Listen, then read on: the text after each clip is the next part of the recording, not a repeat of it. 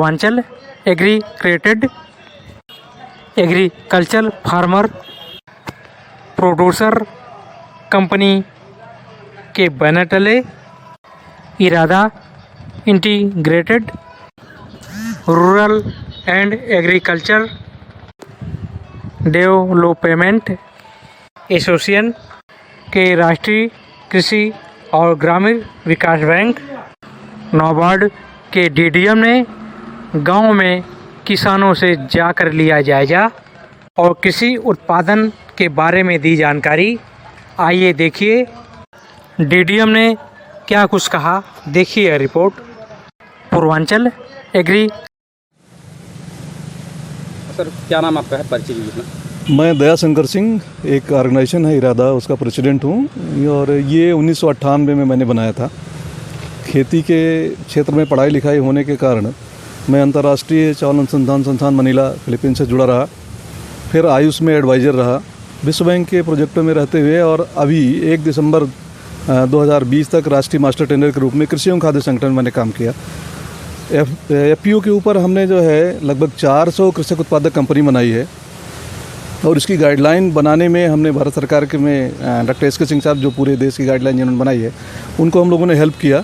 तो इस तरीके से जैसे यहाँ पे नाबार्ड के सहयोग से, नाबार्ड का मैं रीजनल एडवाइजर ग्रुप और स्टेट टेबल मॉनिटरिंग कमेटी दोनों का मेंबर उत्तर प्रदेश का, तो इस क्षेत्र में किसानों को उनके उत्पाद का उचित मूल्य कैसे मिले, विगत कई वर्षों से मैं इस पर काम कर रहा हूँ और इसके ऊपर हमने काफ़ी सारे रिपोर्टें सबमिट की हैं। यहाँ का जो उद्देश्य है कि ये पवई इलाका हमारा जो है ये 39 आजमगढ़ का पवई इलाका, ये 39 मिल्क रूट हुआ करता था। तो मैंने देखा कि डेयरी एकदम से फ्लॉप हो रही थी, तो नाबार्ड के सहयोग से यहाँ पे डेयरी के ऊपर हमने एक कृषक उत्पादक संगठन डाला है और इस उद्देश्य ये है कि किसानों को, जैसे आज की विजिट भी डीडीएम नाबार्ड ने की, तो आईएफएस मॉडल किस तरीके से 1 हेक्टेयर से 4 से 5 लाख रुपए किसान कमा सके और अपने जो उत्पाद निकाल ही रहा है, लेकिन जो खेती कर रहा है उसमें जो एक तरीके से बच जा रहा है उसका भी उपयोग हो, इसी संदर्भ में हम लोग यहाँ पे काम कर रहे हैं। एक सवाल सर आपसे है कि जो सरकार जिस तरह से एमएसपी कहे थे, सरकार दुगना इसकी उम्मत हो जाएगा, एमएसपी से होता है इसका डबल दाम पैदा करने के लिए बात सरकार ने कही थी। आपने रिपोर्ट पेश किया है, उसके बारे में बताइए कि लोग जानना भी चाहते हैं बात को। देखिए इसमें आपको थोड़ा सा, आप खेती कर रहे हैं पवई में या किसी प्रदेश में, किसी ज़िले में, लेकिन जो आपका उत्पादन ही है पूरे देश को प्रभावित करता है। तो पहली चीज़ तो ये समझ लीजिए कि WTO कहता है कि 10% के ऊपर आप सब्सिडी नहीं दे सकते, लेकिन हमारे यहाँ 80% तक सब्सिडी चल रही है। अब बात आप MSP की करते हैं, आज नहीं आने वाले 50 सालों में भी मैं दावे के साथ कह सकता हूँ, इस पर जो मैंने काम किया है, कि कोई भी सरकार 100% किसानों को सब्सिडी नहीं दिला सकती। जैसे 2 करोड़ टन अगर हमारे देश के किसानों को खिलाने के लिए अनाज चाहिए, तो 2 करोड़ टन गुड़े जो MSP है उससे ज़्यादा कोई भी सरकार खरीदारी नहीं कर सकती।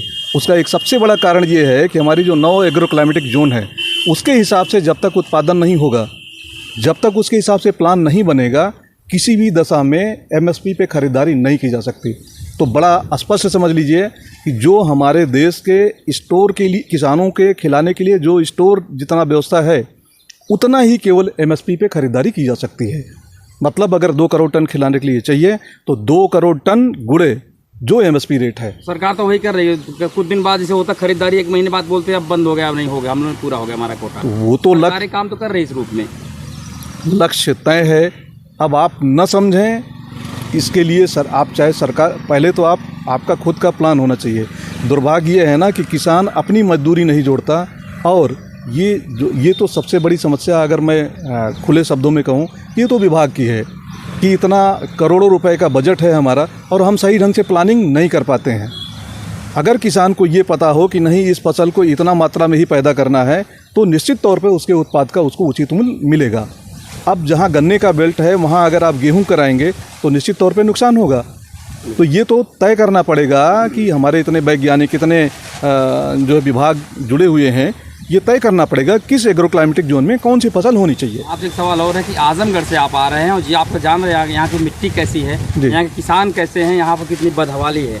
अभी भी 70 साल 75 साल की आज़ादी मतलब महोत्सव मनाया जा रहा है, लेकिन यहाँ किसान वैसे ही पड़े हैं आज के 30 साल पहले जैसे पड़े हैं। ये हमारा बदलाव के लिए क्या यहाँ कुछ करने जा रहे हैं? देखिए, ये हमारा दुर्भाग्य है और इसी को देखते हुए हमने काम भी शुरू किया है। हमारे यहाँ भरुआ मिर्च हुआ करती थी जो पूरे देश में फेमस है। फूलपुर तहसील जो है भरुआ मिर्च के लिए फेमस है। तो उस पर मैंने नाबार्ड के सहयोग से एक प्रोजेक्ट डाला कि हम 100-200 एकड़ एरिया में एक प्रदर्शन करा करके और इसको एक पहचान दिलाएं। और सबसे बड़ी बात कि आप अगर देखेंगे तो पैदा तो आज किसान कर ले रहा, लेकिन दो समस्या है। एक तो उसकी प्रोसेसिंग नहीं हो पाती है, दूसरे उसकी बाजार व्यवस्था सुनिश्चित नहीं हो पाती। ऐसे में अगर यहाँ की बात करें तो एक तो तकनीकी का अभाव है, किसान को जानकारी नहीं है, और जो बताने वाले लोग भी हैं वो गिने चुने लोगों तक ही सीमित हैं। तो ये तो काम सरकारों का है कि ज़मीन से जनता तक पहुँचाए, किसान तक अपनी बात रखें। वही सरकार के पास ही ऐसा सिस्टम है जो ज़मीन तक ला सकता है। देखिए, बड़ा स्पष्ट, बिल्कुल सही आपने कहा, बड़ा स्पष्ट है कि बिना कर्जे के और बिना सरकारी सहयोग के किसी का विकास नहीं हो पाया और ना ही होगा। लेकिन अब उसका भी एक तरीका है कि कर्जा जिस मद के लिए लीजिए उस मद में खर्च करिए, उसमें कुछ न कुछ बचत जरूर करिए। दुर्भाग्य ये है कि ये जो गलत भ्रांतियां हैं, सबसे बड़ी समस्या क्या हो रही है कि किसान के दिमाग में जो गलत भ्रांति है कि किसी से ले लीजिए आपका माफ़ हो जाएगा। मैं एक छोटा उदाहरण से अपनी बात अगर आपको संतुष्ट कर पाऊँ तो हो सकता करूँ। आप अभी कृषक उत्पादक कंपनी प्रधानमंत्री जी ने 10,000 FPO बनाने के लिए कहा। उद्देश्य ये है 5 साल और आप प्रयोग कर लीजिए। किसान की जोत दिन ब दिन छोटी होती जा रही है। 5 साल आप प्रयोग कर लीजिए, 5 साल के बाद फिर हो सकता है आपको ये समझ में आए कि आपके बस की बात खेती है नहीं। क्योंकि आप अब इंटरनेशनल लेवल पे काम कर रहे हैं, अब ग्लोबल विलेज एक तरीके से होता जा रहा है। आप अमेरिका यूरोप के किसान के आगे टिकेंगे नहीं। एक तो आपकी जोत छोटी है, दूसरे आपका उत्पादन कम है, तीसरे आपकी क्वालिटी ख़राब हो रही है। तो ये स्पष्ट है कि किसान को जिस तरीके से सहयोग मिलना चाहिए अगर नहीं मिला, और प्रधानमंत्री जी ने कहा कि 10,000 FPO बनने हैं, 6,854 करोड़ का बजट उन्होंने अलॉट किया, लेकिन क्या धरातल पे वो जा रहा है? मैं ऐसे जो इनको बनाने वाले लोग हैं, ऐसे तमाम CBBO cluster based business organisation जो हैं, इनकी अगर आप बात करें तो ये 10% में ही चाहते हैं कि सारा काम हो जाए। किसान को सही जानकारी नहीं है। इसके अभाव में जो उत्पाद है उसका मूल्य भी नहीं मिल पा रहा है और उसकी उत्पादन लागत भी बढ़ रही है। तो कैसे क्या आप लोग करेंगे? सरकार जो केंद्र सरकार, मोदी जी की सरकार है, उत्तर प्रदेश सरकार है, कैसे किसान मतलब जो बदहाली से खुशहाल हो जाए? देखिए, मैं अपने स्तर पे, जैसा कि हमने 16 स्टेट में अपना भ्रमण करके देखा, आपको एक उदाहरण देते हैं। महाराष्ट्र में MyFPC है, उन लोगों ने नेफेड के साथ मिलकर के पिछले 2 महीने के अंदर 1500 करोड़ का टर्नओवर किया है, 5 लाख टन चना खरीदा है। लेकिन उनकी नीतियां स्पष्ट हैं और वो किसान के हित की बात कर रहे हैं। यहाँ दुर्भाग्य है कि जानकारी के अभाव में किसान जो है संगठन में नहीं आना चाहता। एक स्पष्ट, ये चाहे मेरा संदेश समझ लीजिए आप, कि जब तक हम एक दूसरे के सहयोग से काम नहीं करेंगे हम सफल नहीं हो पाएंगे। कृषक उत्पादक कंपनी एक बड़ा प्लेटफार्म है जिसके माध्यम से आप जो है एक मंच पे आ सकते हैं। आपको तकनीकी ज्ञान भी मिल सकता है किसान को, और किसान जो है अपने उत्पाद का उचित मूल्य भी पा सकता है। लेकिन इसके लिए उसको समझना होगा कि उसे सहयोग की भावना से काम करना होगा। एक सवाल आपसे और करेंगे, जो किसान धरने पे बैठा था, जो बिल पास मोदी जी ने किया था किसान के लिए, आप लोग फिर उस बिल पे वापस कैसे आ गए? आप लोग उसके एडवाइज़र बता रहे हैं, आप लोगों ने 1200 पन्ने की रिपोर्ट सौंपी थी, क्यों ऐसा बिल में क्या हुआ कि मोदी जी को वापस आना पड़ा? मैं इस पर उल्टा सवाल आपसे करता हूँ। उल्टा सवाल ये है कि कितनी चीज़ों की MSP है, शायद आपको भी जानकारी नहीं होगी। MSP पे कितने उत्पाद बिकते हैं? 46 कमोडिटी ऐसी हैं जिन पे कोई MSP नहीं है।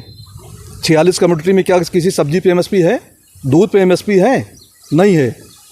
तो ये वापस होने की बात, इसका एकमात्र जवाब ये है कि किसानों तक हम अपनी बात पहुंचा नहीं पाए, और इसे खुद हमारे प्रधानमंत्री जी ने स्वीकार किया है। और ये हमारा दुर्भाग्य रहा कि हम किसान तक सही बात नहीं पहुंचा पाए। आजमगढ़ की भरुआ मिर्च, फूलपुर से जहाँ पे आप कवरेज कर रहे हैं, यहाँ की भरुआ मिर्च जैसे ही किसान उठा करके और लखनऊ भेजना चाहेगा, उसे 200 से 500 रुपये यहाँ मंडी शुल्क अवैध रूप से देना पड़ता है। जो 1%, इसमें मेरी एक सलाह है कि 1 से 1.5% मंडी और शेष जो लग रहा है, ये अगर 0.15% कर दिया जाए, 15 पैसे कर दिया जाए, लेकिन और किसान को सीधे जोड़ दिया जाए। ये अड़तिए हो क्या रहा है, मैं इसकी जड़ में जाके आपको बता दे रहा हूँ जड़ में बता दे रहा हूँ, मेरा अपना रिसर्च आपने पूछा तो मैं बता रहा हूँ आपको। रतिया क्या करता है, कोई भी किसान 10 कुंटल आलू लेके गया, वो 50 किलो आलू जो है उसकी रसीद काटता है, शेष 9.5 कुंटल कैश में लेन देन कर लेता है। अब आप बताइए कि 1% आप शुल्क ले रहे हैं और 50 किलो आलू जो आ रहा है, अगर आप 15 पैसे उस पर शुल्क लीजिए और 10 क्विंटल ले रहे हैं तो आपको सीधे 1.5 रुपये मिल रहा है, 1.5% मिल रहा है। तो ये बात हमारे कुछ सहयोगियों ने भारत सरकार तक पहुंचाई भी है। और अगर निश्चित तौर पे इससे लाभ मिलेगा, किसान को शुल्क देने में कोई समस्या नहीं है, लेकिन उसके उत्पाद का सही मूल्य मिल जाए। मंडी में जाने के बाद किसान का बस नहीं चलता। ये हमारे देश का दुर्भाग्य है कि एपीएमसी में जो होना चाहिए, चबूतरे पे किसान होना चाहिए, नीचे खरीदार होना चाहिए, यहाँ पे उल्टा है। किसान जो है नीचे खड़ा हुआ है और चबूतरा लोगों ने कब्जा कर रखा है। ये हमारे देश का दुर्भाग्य ही कहेंगे हम। और क्या सरकार जो 24 तक सरकार बदल सकती है इस चीज़ों को, कुछ प्रणाली के जो आप कह रहे हैं ज़मीन पे किसान है ऊपर आ जाए, इसका उल्टा हो जाए? देखिए, ये योजना है आने वाले समय में। सरकारें बदलना और कभी एक गांठ प्याज पे सरकार बदल जाती है, तो इसकी भविष्यवाणी तो इसलिए नहीं की जा सकती कि अभी समय है। अभी भी अगर चेते हम, और किसान को किसी को नहीं पता था कि ये 7-7.5 करोड़ वोट कहाँ से आ रहे हैं, ठीक है। और 2013 में कंपनी एक्ट में संशोधन करके ये जो एफपीओ का कॉन्सेप्ट ले आया गया, सही ढंग से अगर लागू कर दिया जाए, कोई 10 साल सरकार को हिला नहीं सकता। लेकिन अगर एसएचजी की दशा हुई, कुछ गिने चुने लोगों को अगर लाभ दिया गया, तो कुछ कहा नहीं जा सकता।